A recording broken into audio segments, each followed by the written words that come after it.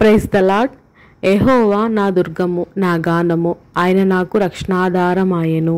కీర్తనలు 118:14.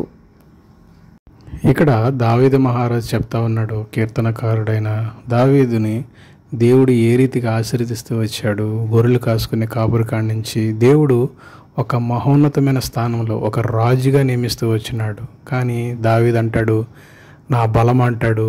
అంటే యేసు ప్రభుని నా బలం అంటాడు, నా రక్షణకర్త అంటాడు, ఆయనే నాకు ఆధారం అంటా ఉంటాడు. ఇక్కడ అంత మాత్రమే కాదు, ఆయన నాకు దుర్గముగా ఉన్నాడు, ఆయన నన్ను కాపాడేవాడు అంటాడు. నిత్యము ఆయన కాపాడేవాడిగా ఉంటూ ఉన్నాడు. అంత మాత్రమే కాదు, ఆయన యొక్క హృదయాన్ని తెరిచి ఆయన యొక్క హృదయంలో ఒక నమ్మిక అనేది ఏర్పాటు చేస్తూ వచ్చాడు.